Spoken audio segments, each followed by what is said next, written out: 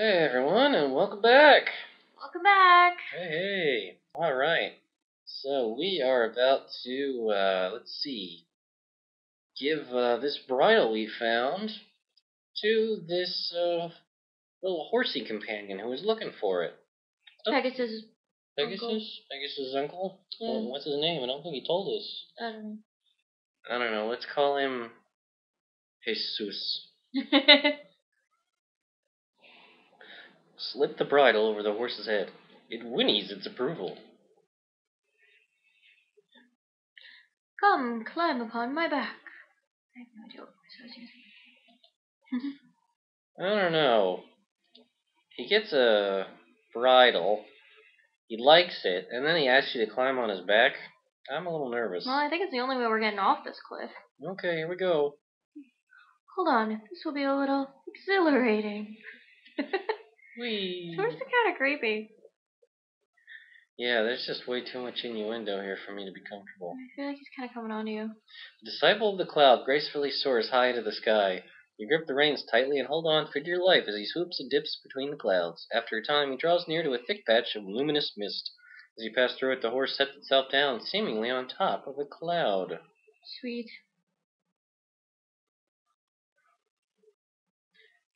It's alright. You can dismount now.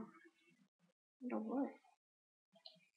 Believing that you have finally lost all sense of reason, you dismount and prepare for a very long drop.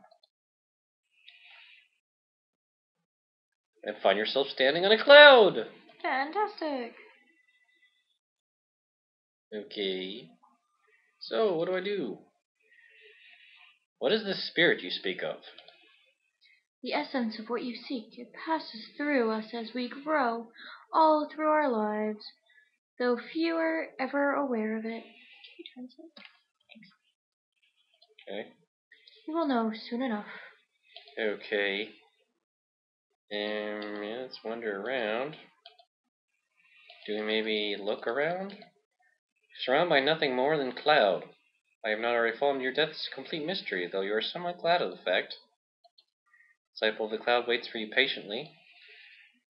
Maybe we'll try talking to the cloud? Hello, you call out. There's no response. Oh. Maybe we're supposed to use this magical gem we got. That is not enchanted. Oh. Well, okay. Maybe we're supposed to use the birth gem. Throwing that away would be like discarding one of the 3 treasures of Daventry. Okay, it's clearly not what we're supposed to do here. Yeah, I don't know what we're supposed to do now. I'll walk around. Yeah, I guess. Can you leave the screen? Let's Maybe ask. You should save first. Why do you choose to serve this cloud spirit? It is my destiny, and I must fulfill it, just as you must fulfill yours. I was not aware that I had one. All of us have a destiny. Some are predestined, others are determined by choice. I believe yours to be of the latter. Well, that's convenient. That's nice. Uh-oh. How is it possible that I can stand upon thin air? Oh, here we go. Such are not the questions you should be asking. You have come for the air gem, or the growth gem, as it was once named by the ancients. It has not been termed thus without reason, for one who would have the gem as his own must prove himself grown and thus worthy of it. Meaning no disrespect, The cloud giant. Cloud spirit. Thank you. You must agree, Cloud Spirit, that I am a man fully grown, thus fulfilling your prerequisite. Howling wind deafens you momentarily, though you feel nothing on your skin. Cloud Spirit speaks again, a little more forcefully. It is not enough that you have grown in body. That much is evident. It must be proven that you have also grown in both mind and soul. Tested? Those who bear the burden of king are expected to possess certain qualities. Your actions will be judged against the weight of these. It shall be seen whether you are deserving of your title. It shall be seen whether you are worthy of the growth gem. After a moment of silence, the cloud spirit intones. Behold your first test.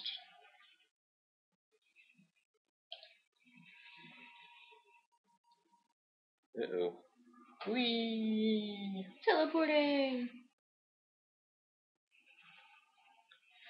The mist around you clears, and you find yourself in a familiar place. This is Daventry, and furthermore, you are a child again. A slight dizziness overwhelms you for an instant. How strange, you no longer recall anything past this moment in time. It is as if this is happening again for the first time.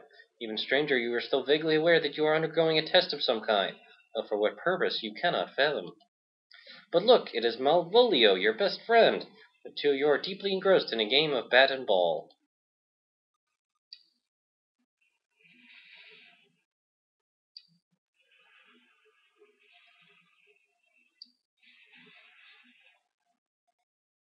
Uh-oh. Thump. Ouch! Oh, that sounded like the king, Mal. What will we do?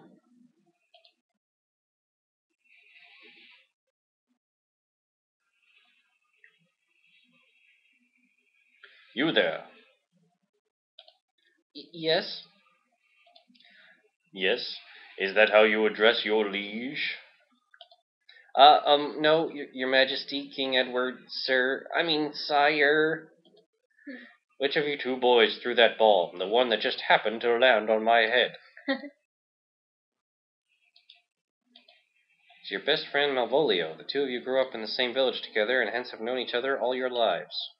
It is Daventry's king, Edward the Benevolent. You've heard much of his kindness and compassion, and hope that this is reflected in his present mood. It's you, Graham. Better not, King Edward is talking to you. I am presently addressing the two of you. It is not good form to speak in private before a king. Alright, let's talk to him. Alright, so we could say, what are friends for? Probably, not very nice. Why, any sensible person would do it under the circumstances. Absolute absolution. Partners in crime, or the sacrificial lamb. Well, it's not nice to tattle on people. Yeah, I threw the ball, he hit it. Yeah. Do we want to be the sacrificial lamb and say we did it? And let our friend go off the hook?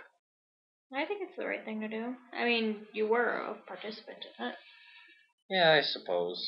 It's the honorable thing to do, considering we're supposed to be a good king. Sacrificial lamb. You summon all your courage and speak up. Your Majesty, if you please, it was I who hit the ball over the castle wall. It was my fault completely. Please do not punish my friend. The king eyes you carefully. You wonder if you are now in serious trouble. I would not punish one for something so trivial. However, I will see you play your game elsewhere, away from here. Yes, sire. One more thing, my young fellow. You have demonstrated good character today by taking the blame for your friend. The finest knights in this realm demonstrate their compassion by protecting others, even if that should mean putting themselves at risk. I find that to be a rare quality in the many I meet. When you have grown up, I hope to see you again, perhaps in my service. Thank you, your Majesty. Well, I'm guessing that was a good response. Behold your second test.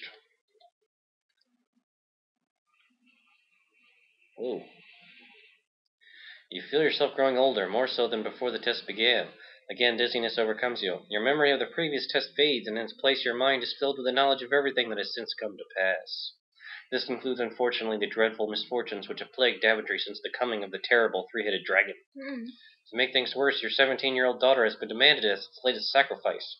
In return, it will not harm the rest of the population, until the next demand. You would go forth to destroy the dragon yourself, but you no longer have the heart for such quests. Never have you felt so forlorn, so frail. You fear that given the choice, you would do anything to rectify the situation.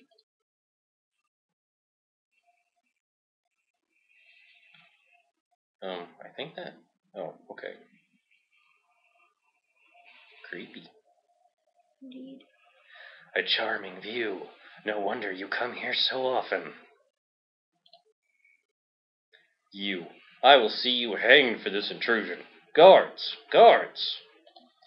Calling them will do you no good, for even if they come, they will find their king speaking only to the air he breathes. A pox on thee! Who are you? My name, my true name, has been heard by none for nigh on a millennium. It is enough that you know me as the Father. And say what you have come to say and be gone. You never were one for small talk. You cursed my family. As a result, that dragon is now loose upon the land, and one of my children was kidnapped. Now that is not quite the truth. Do you deny your involvement? Not at all. It's just that you have omitted so much. Speak and be gone. Very well. I want your crown.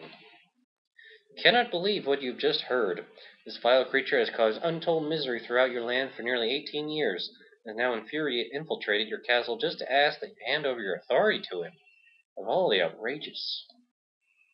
Is that what this is all about? You want to rule Daventry? Ha ha ha ha ha ha. What would I want with a puny little kingdom when in a few short years I will have more power than Legionnaire himself? No, I want only the thing you wear atop your head, your crown. It is an essential part of my plan. Without it, my efforts to prepare for the ascension will have been in vain. I have waited far too long to be deterred from it now. That's rather odd for him to admit all this. Villains are always stupid, and they reveal all of their plan. And if you need it that badly, you could have just taken it. You had plenty of opportunities. Are you completely ignorant of the legends of your predecessors? None can possess the crown of the first king unless it's given. If you would think for one moment that I would... Before you speak further, consider this. In exchange for what I ask, I shall lift my curse on all that it entails from you and your blighted land.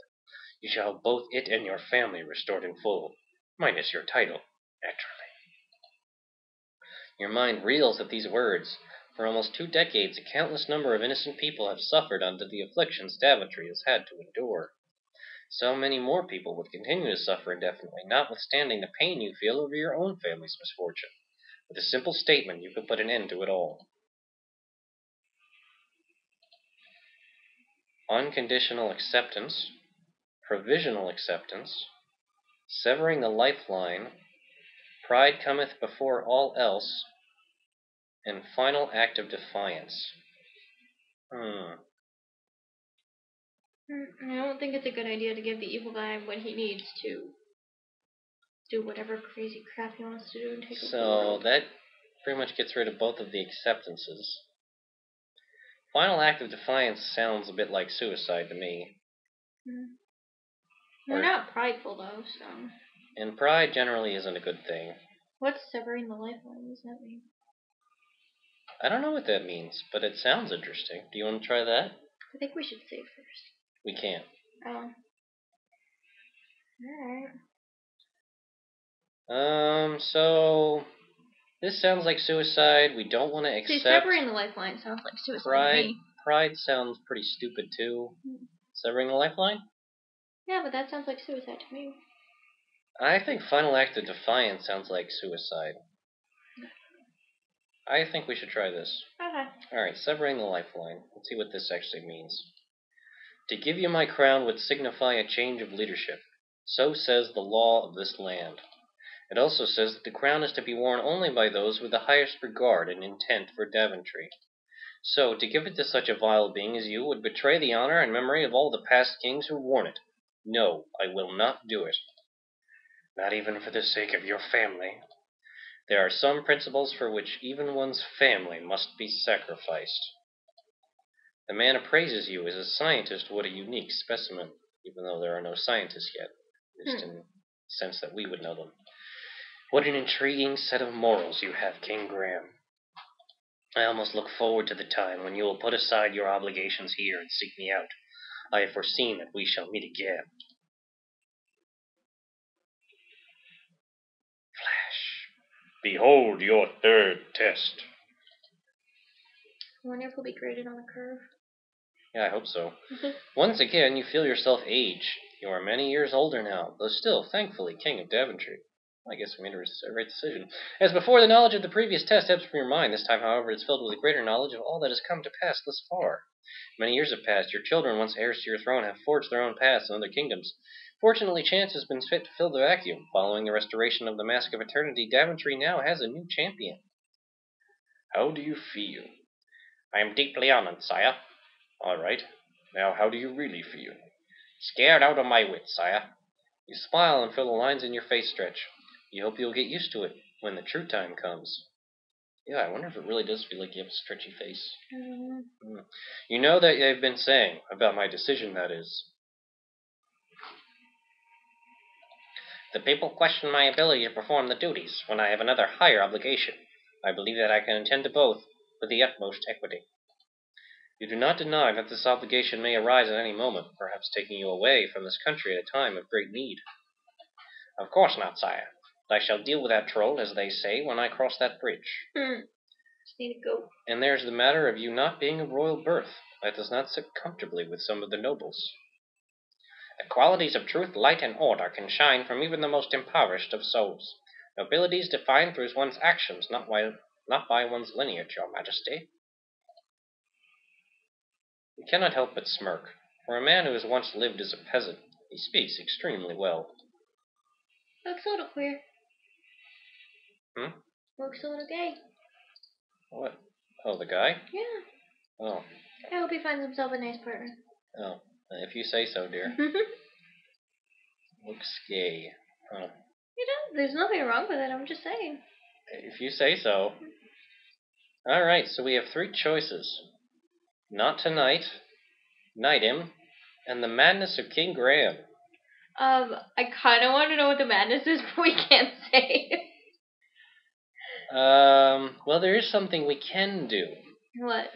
We can play through it normally. Yeah, and then later go back and... Yeah, and then do a quick restore, and then resume filming when we get back to this scene. Okay. Because I kind of want to know what the madness of King Graham Well, do you want to do it right first, or do you want to do the wrong path first? Whichever.